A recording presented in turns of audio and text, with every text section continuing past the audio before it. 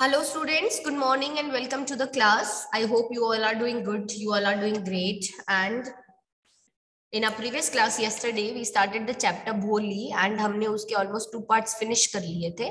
And we got to know about that it was about a very small child, that is Bholi. In her childhood, she just fell down from a cot and she hit on her head and उसकी वजह से some part of her brain was damaged. And because of that, she remained to be a backward child. And that is why she was known as Bholi the simpleton. Now, at birth, the child was very fair and very pretty. But when she was 2 years old, she had an attack of smallpox. And because of that, uski jo body thi, it got permanently disfigured because it was having black poke marks on her body. तो ये कुछ ऐसे the very reasons थे जिस वजह से वो ऐसी रही. And because of that, she was always neglected at home. And her father was always worried that who is going to marry Bholi? Bholi से शादी कौन करेगा? Because we never knew Bholi से शादी कौन करेगा, because she was neither beautiful nor she was intelligent. तो कैसे कितनी दिक्कत होने वाली है उसकी शादी के लिए? So this was ultimately the trouble to Bholi's father. And then suddenly a school was opened, a girls' school was opened in their village, and then there was a pressure from the Tehsildar on Bholi's father that in order to set an example, as he is the government official and representative for the village people over there, so he has to set an example. And in order to set an example, what he has to do, he has to send his daughters to school. Now, how can he send his daughters to school? Because in the village, it was a set belief that if the girls go to school, nobody is going to marry them. If the girls are going to get educated and modernized, and then nobody is going to get married to them. But on the other hand, the father was not having the courage that how he can deny the orders of the Tehsildar. So the wife came up with an idea that send Bholi to school, as she is neither good looking nor she is intelligent. वैसे भी there are very little chances of her getting married. So it's better that हम लोग क्या करते हैं, we will send Bholi to school. तो दोनों चीजें हो जाएंगी. That one is you will not have to deny to the orders of the Tehsildar, and secondly, Bholi, when she will go to school, there will be her teacher to take care of her and take tension of her, and will be free for some time. So this was the unusual reason that why Bholi was sent to school. Now then see, अब उसके बाद में then we moved on to the next part, and the next part says that does Bholi enjoy her first day at school? Yes. Firstly, she didn't, because she just cried because of her stammering and being made fun of at by the fellow classmates. But later on, when the teacher encouraged her, motivated her, and when she was able to speak up 2-3 words, she was literally very happy, and she was agreed to come to the school daily. And then comes that does she find a teacher different from the people at home? क्या उसको वो teacher different लगी? Yes, because the way the teacher spoke to her, so soft and so kind that the things just touched her heart. This was the way that she was not talked with at the home. घर पे उससे ऐसा कोई बात नहीं करता. She is always neglected. Nobody is concerned about her. But teacher was totally different. She was concerned about her. She motivated her, she encouraged her, and there was a kind of friendliness in her voice, and she actually find her different. So these were the 2 parts that we finished yesterday, and today we will move on to the third part. And in this third part, we are going to find out 2 questions: that why do Bholi's parents accept Bishambar's marriage proposal? Now, reading this question, we get an idea that in this part we are going to study about Bholi's marriage. Bholi की शादी होती है, and the boy जिसका proposal आता है Bholi के लिए, उसका name क्या होगा? Bishambar. ये it's very clear from the question itself. But next question देखो, why does the marriage not take place? Question से ही ये चीज clear कि marriage नहीं होती क्यों? Now this is the suspense, this is the climax जो ultimately अपने को पढ़ना है. Now see, thus the years passed. साल बीतते गए. The village became a very small town. Village जो था वो एक छोटा सा town बन गया. मतलब that is उसमें बहुत सारे upgradations, बहुत से developments हुए. The little primary school became a high school. Now there was now a cinema under a tin shed, and a cotton ginning mill भी आ गई वहां पे. And the mail trains जो थी, they began to stop at the railway station. Mail trains रुकने लगी railway station पे. One night after dinner, Ramlal said to his wife, then shall I accept Bishambar's proposal? Yes, certainly, his wife said. Bholi will be lucky to get such a well-to-do bridegroom. A big shop, a house of his own, and I hear several thousands in the bank. Moreover, he is not asking for any dowry. Now उन्होंने बोला एक रात की बात है, dinner के बाद में रामलाल बैठे थे and he is talking to his wife and he says that क्या मैं बिशंबर का मैं प्रपोजल एक्सेप्ट कर लूं? The wife says yes certainly, बिल्कुल आपको करना ही है। Bholi will be lucky to get such a well to do bridegroom. इतनी बड़ी शॉप है, खुद का घर है and several thousands of rupees in the bank also, and moreover he is not asking for any kind of dowry, दहेज भी नहीं मांग रहा है। क्या ऐसा हमें मिलेगा प्रपोजल भोली के लिए कहीं पे? Nowhere. And so if we have got then she is also lucky and it's going to be very good.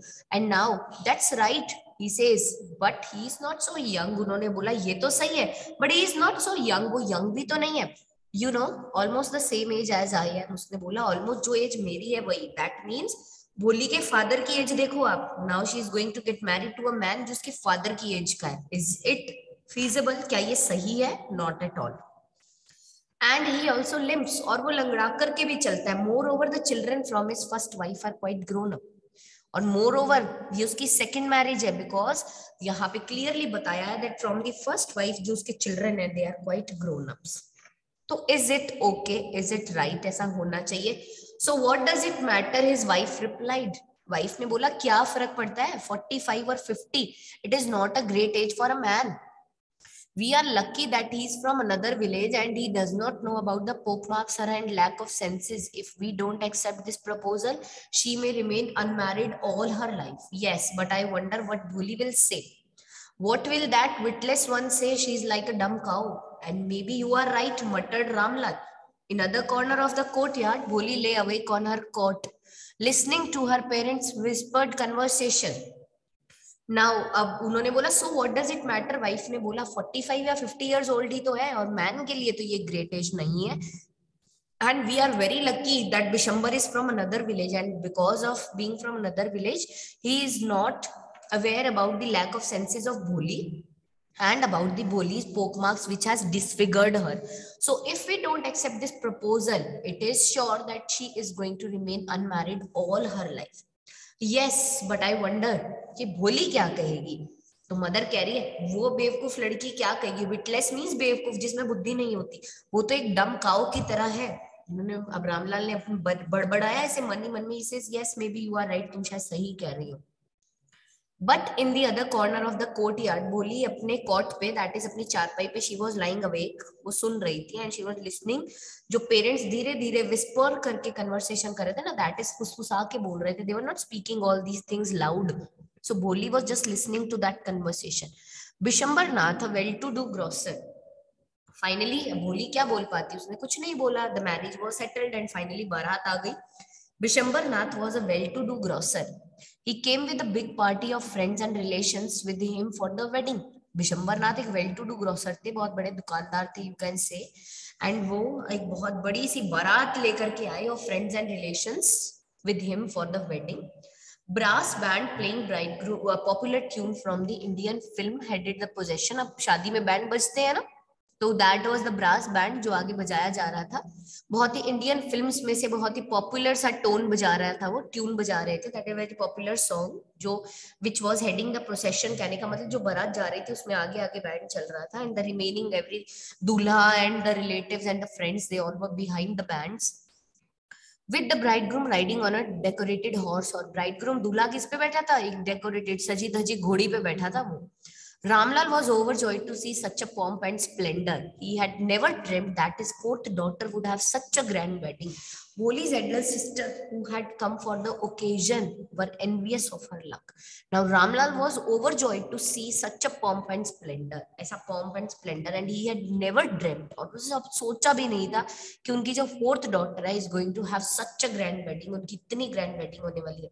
भोली की जो एल्डर सिस्टर थी, who had come for the occasion, जो अपनी बहन की शादी में तो सभी आते हैं, तो the sisters were also present there and they were envious of her luck। that is वो उसकी किस्मत से ना they were feeling jealous।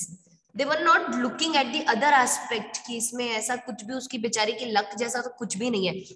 But sisters ने क्या देखा? Only the money money money. That Bholi has gone to such a wealthy person, that इतनी grand बारात आ रही है, उनकी शादियों में ये चीजें नहीं होंगी। So they were just feeling envious of the luck। When the auspicious moment came, the priest said, "Bring the bride." Bholi, clad in a red silken bridal dress was led to the bride's place near the sacred fire. Now जब ये शुभ घड़ी आई, we can say पंडित जी ने कहा दुल्हन को लेके आइए. ना भोली बिल्कुल रेड सिल्कन ब्राइडल ड्रेस में दुल्हन की तरह एकदम अच्छे से तैयार, लाल लाल जोड़े के अंदर, and was led to the bride's place. और वो दुल्हन, रेड ड्रेस वाली दुल्हन को कहाँ लेके जाया गया? जो दुल्हन के बैठने की जगह होती है, वो शादी की वो जो अग्नि होती है ना, पवित्र अग्नि, we can say the sacred fire, उसके बिल्कुल पास में उसको बिठाया गया. जहां उसकी जगह थी उसके पास में वहां बिठाया गया. Garland the bride, one of his friend prompted, Bishambarnath. Bishambarnath के एक फ्रेंड ने उसको प्रॉम्प्ट किया, उसने बोला दुल्हन को वरमाला पहना दो. The bridegroom lifted the garland of yellow marigold. A woman slipped back the silken veil from bride's face. Bishambar took a quick glance. The garland remained poised in his hands. The bride slowly pulled down the veil over her face. Have you seen her? Said Bishambar to the friend next to him. She has poke marks on her face. So what? You are not young either. Maybe, but if I am to marry her, her father must give me 5,000 rupees. Now अब जैसे ही उसने bride groom ने क्या किया, दूल्हे ने माला उठाई, yellow colour के गेंदे के फूलों की माला थी. एक वुमन थी पास में, उन्होंने भोली के घूंघट को उठाया उसके फेस से, एंड बिशंबर ने जैसे ही भोली का चेहरा देखा, वो वरमाला जहां थी वहीं अटक गई, रुक गया. वो उसको नहीं पहना पाया. व्हाई? बिकॉज उसने उसका वो पोक मार्क्स वाला फेस देख लिया. इट वाज सच एन अगली फेस. नाउ दुल्हन ने, दैट इज भोली ने, धीरे से उस घूंघट को वापस अपने चेहरे पर कर लिया. और जो उसका एक फ्रेंड बिशंबर का पास में खड़ा था, बिशंबर जो सेड टू हिम, तुमने देखा उसे, उसके चेहरे पे कितने पोक मार्क्स हैं? उसके दोस्त ने कहा तो क्या फर्क पड़ गया, तुम कौन से बहुत जवान हो, you are also so elderly, 45-50 years old मैन हो, ऑलरेडी मैरिड हो, तुम्हारी वाइफ नहीं, ऑलरेडी तुम्हारे बच्चे हैं, तो इतना एडजस्टमेंट सैक्रिफाइस तो तुम्हें करना पड़ेगा, उसमें क्या बड़ी बात है. He says maybe, ऐसा हो करना पड़े मुझे, बट अगर मुझे इस लड़की से शादी करनी है तो इसके फादर मुझे 5,000 रुपीज देंगे, दैट्स इट, तो मैं शादी करूंगा, अदरवाइज नहीं. Now Ramlal went and placed his turban, his honor, at Bishambar's feet. Do not humiliate me, so take 2,000 rupees. No 5,000 or we go back, keep your daughter. Be a little considerate, please. If you go back, I can never show my face in the village. Now Ramlal बेचारे गए, उन्होंने अपनी पगड़ी उतार के, that is पगड़ी एक तरह से आपका रिस्पेक्ट होता है, उन्होंने अपना रिस्पेक्ट, अपनी इज्जत उतार के कहाँ पे रख दी? बिशंबर के पैरों में रख दी. एंड उन्होंने बोला मुझे इतना बेइज्जत मत कीजिए प्लीज, आप 2,000 रुपए ले लीजिए. उसने बोला नहीं, 5,000 मतलब 5,000, या फिर हम वापस जा रहे हैं, अपनी बेटी को अपने पास रखो. ना उन्होंने बोला प्लीज बी कंसिडरेट, थोड़ा सा तो कुछ तो सोचो आप. इफ यू गो बैक, अगर आप वापस चले गए, I will not be able to show my face in the village. That is, मैं इतना ह्यूमिलेट हो जाऊंगा, इतनी बेइज्जती हो जाएगी मेरी कि मैं अपना चेहरा कैसे दिखाऊंगा इस गांव में को दोबारा किसी को. ऐसा मत कीजिए. Then out with 5,000. तो बिशंबर कहते हैं देन ठीक है, लाओ निकालो 5,000 रुपए. Tears streaming down his face, Ramlal के चेहरे पे आंसू ही आंसू, दैट इज उसके गालों पे से आंसू were rolling down. And Ramlal went in, Ramlal गए, ओपन द सेफ, उन्होंने सेफ ओपन किया, and counted out the notes, और नोट गिने. He placed the bundle at the bridegroom's feet, वो लाए और उन्होंने उस दूल्हे के पैरों में, दैट इज बिशंबर के पैरों में, वो जो मनी था 5,000 वो लाकर रख दिए. On Bishambar's greedy face appeared a triumphant smile. Bishambar के उस लालची चेहरे पे जीत की मुस्कुराहट दिखाई दी. And he gambled and won, कि उसने एक तरह से एक जुआ खेला, एक गेम खेला, एंड वो जीत गया. He announced, "Give me the garland." उसने क्या आवाज लगाई? लाओ वरमाला दे दो मुझे. Once the veil was slipped back from the bride's face, but this time her eyes was not downcast. She was looking up, looking straight at her prospective husband, and in her eyes there was neither anger nor hate, only cold contempt. Now once, इस बार उस घूंघट को जब ऊपर उठाया गया ना, तो उस दुल्हन के चेहरा देखा गया, बट इस बार उसकी आंखें झुकी हुई नहीं थी, वो बिल्कुल, she was looking up, looking straight, अपने होने वाले हस्बैंड को देख रही थी वो. इन हर आईज, ना तो गुस्सा था ना नफरत थी, सिर्फ एक कोल्ड कंटेम्प्ट, जो बोलते हैं ना, बस एक ठंडी सी आह दिख रही थी उसकी आंखों के अंदर. एक बस कोल्ड इमोशन सा था उसकी आंखों में, उस कोल्ड इमोशन की बात की जा रही है. And she says, Bishambar raised the garland to place it round the bride's neck, but before he could do so, Bholi's hand stuck out like a streak of lightning, and the garland was flung into the fire. She got up and threw away the veil. ना आपने फिल्मों में scene देखा होगा, दुल्हन को गुस्सा आता है, दुल्हन खड़ी होती है, माला फेंक देती है, वो अग्नि में चली जाती है, घूंघट उतार के फेंक देती है, दैट इज. तो वो जब अपना गुस्सा दिखाती है that she don't want to get married to businessman because of some or the other reason, so see Bishambar ने रेज किया अपना गार्लैंड, ठीक है, to place it round the bride's neck, किस लिए, उस ब्राइड के गले में डालने के लिए, वरमाला पहनानी थी उसको। But before he could do so, but इससे पहले कि वो ऐसा करते, Bholi's hand struck out like a streak of lightning, Bholi का हाथ ऐसे उठा जैसे कि लाइटनिंग होती है ना, जिसको हम बोलते हैं बिजली चमक गई इस तरह से, एंड वो गार्लैंड जो थी फ्लंग इनटू द फायर, और वो माला उड़ती हुई कहाँ गई, उस फायर में। She got up and through away the well, वो खड़ी हुई और उसने अपना घूंघट उतार के फेंक दिया। पिताजी said Bholi in a clear loud voice, clear loud voice में वो बोली पिताजी, and her father, mother, sisters, brother, relations and neighbors were startled to hear her speak without even a little stammer.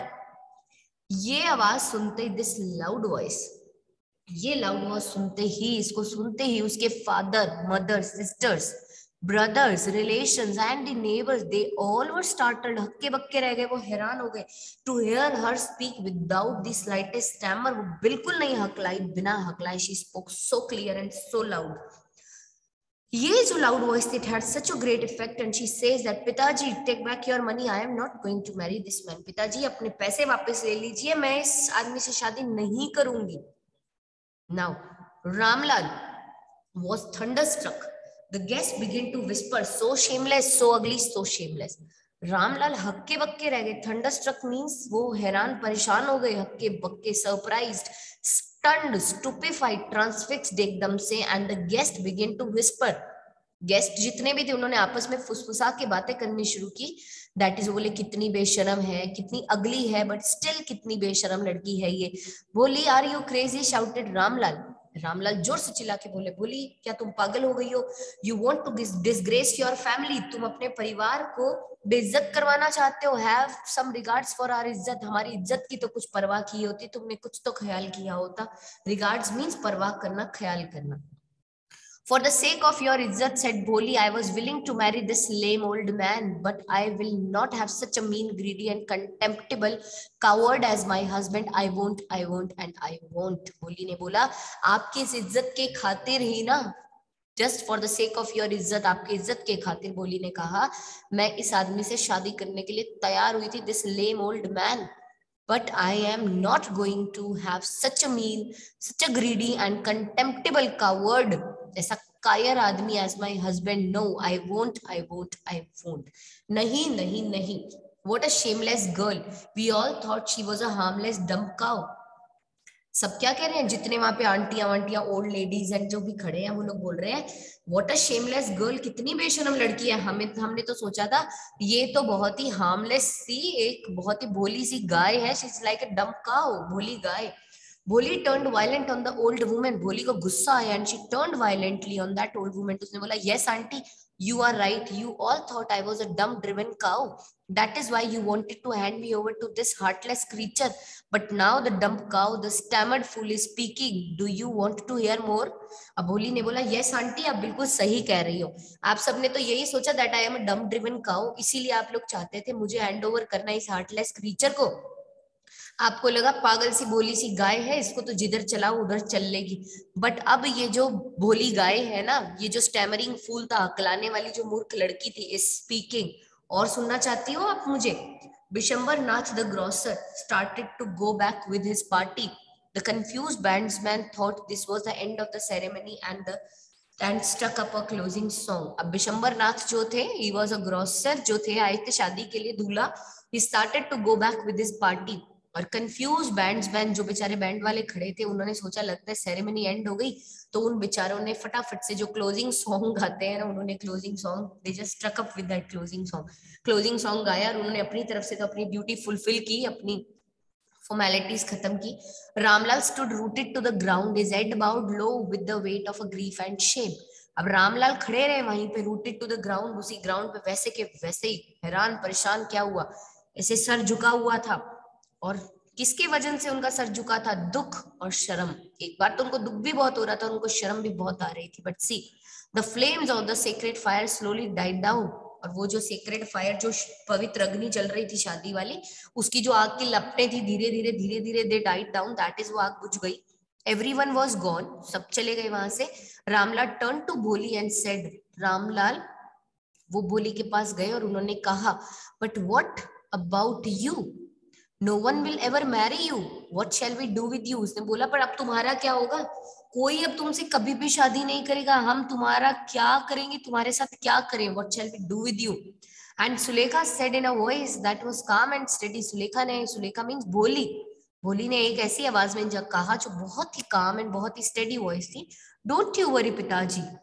पिताजी आप बिल्कुल वरी मत करो. In your old age I will serve you and mother. आपके बुढ़ापे में मैं आपको और मम्मी की सेवा करूंगी.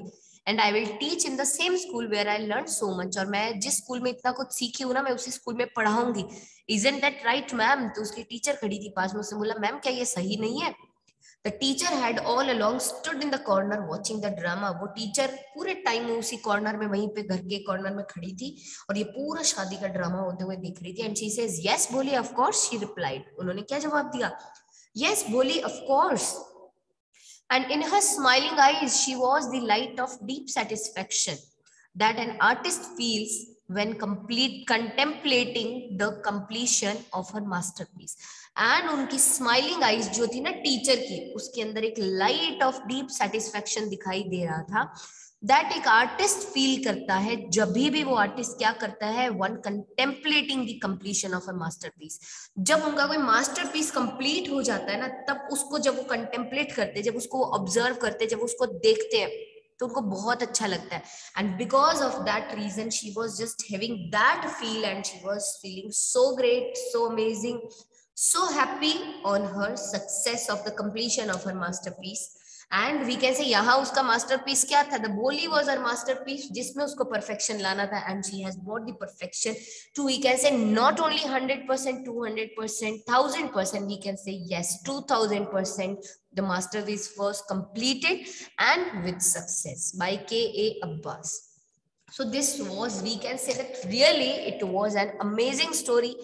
बहुत अच्छी स्टोरी थी, सुपर्ब स्टोरी. तो कहीं ना कहीं every story gives us a message, right? इस स्टोरी ने भी हमें एक मैसेज तो दिया. क्या मैसेज दिया इस स्टोरी ने हमें? This story give us a message that आपके अंदर अगर बहुत सी कमियां हैं, तो कहीं ना कहीं आपके अंदर बहुत सी खूबियां भी होती है. The thing is that you should identify them. उन खूबियों को आपको निकाल के लाना है. You just have to identify them and you have to work on them. अब यहाँ पे भोली अगर इस कमी को अपनी सबसे बड़ी कमी समझ लेती, तो she would have ruined her life जैसे उसने तब तक की थी.